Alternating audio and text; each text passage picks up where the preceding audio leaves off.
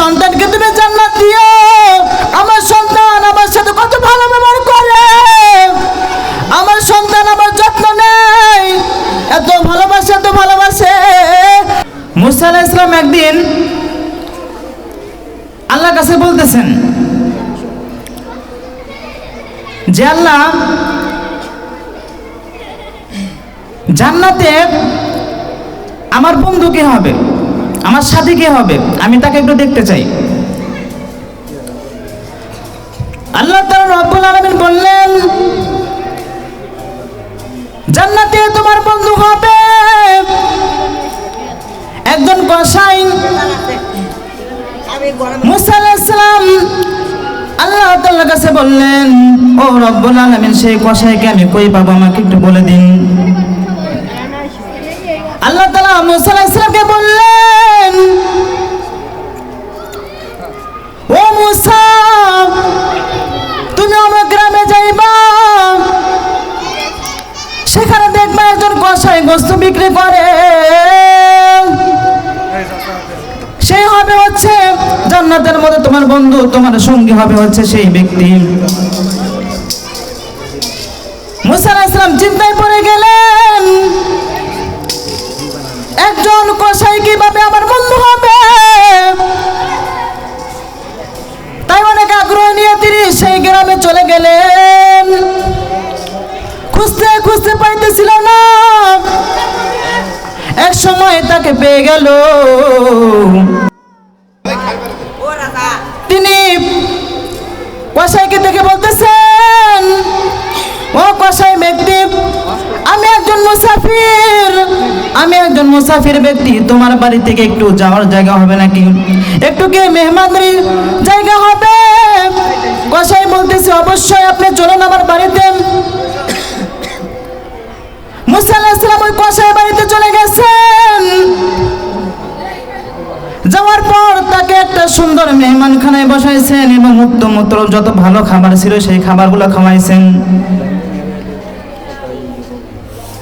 মুসা আলাইহিস সালাম মনে মনে ভাবতেছেন, আমি দেখব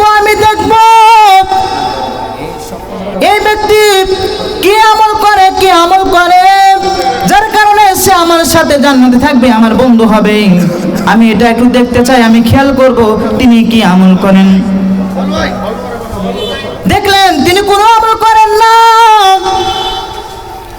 শুধু একটা আমল তিনি দেখতে পাইলেন, তার বৃদ্ধ মা চলতে পারে না, হাঁটতে পারে না।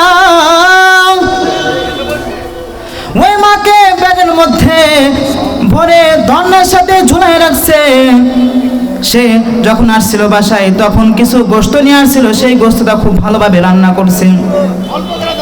মাকে সেই ধন্যা থেকে নামাইছে, নামানোর পর তাকে গোসল করে দিছে, তাকে সুন্দরভাবে ওই গোশতটা খাওয়াইছে।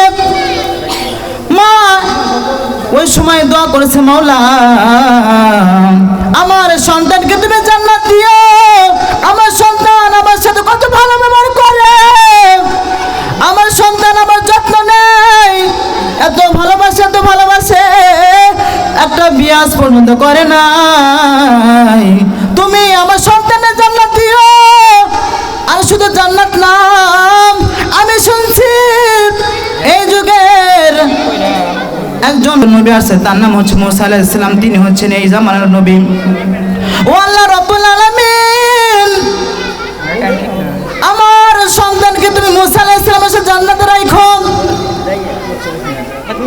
আল্লাহ তাআলা মুসা আলাইহিস সালাম বলতেছেন, ও মুসা, যখন তার মা এই দোয়া যখন করে, আমি আল্লাহ কবুল না করে পারি না।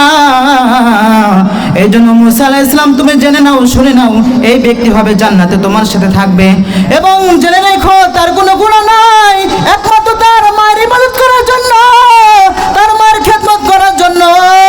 ও মুসলমান, শুনে রাখো, মায়ের সাথে কোনোদিন খারাপ ব্যবহার করে না। মা এমন একটা জিনিস, সে যদি দোয়া করে, তার দোয়া আসমানে সরাসরি আল্লাহ তাআলার কাছে পৌঁছে যায়। এখনকার ছেলেপেলেরা মা বাবার সাথে এত খারাপ ব্যবহার করে, এমন খারাপ ব্যবহার করে, এটা কিন্তু কিয়ামতের আলামত।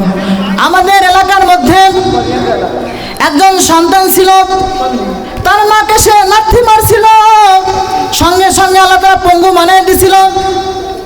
এমনকি যখন সে মৃত্যুবরণ করেছিল, তখন সে বাথরুমের মধ্যে মৃত্যুবরণ করেছিল। কোথায়? বাথরুমের মধ্যে মৃত্যুবরণ করেছিল। ও যুবক, সাবধান সাবধান, আল্লাহকে ভয় করো, মা বাবাকে সম্মান করো। একদিন তুমিও কিন্তু বাবা হইবা, তুমি কিন্তু মা হইবা। এর জন্য মায়ের সাথে ভালো ব্যবহার করো, বাবার সাথে ভালো ব্যবহার করো, আল্লাহ তাআলা তোমাকে উত্তম জাযা দেবেন।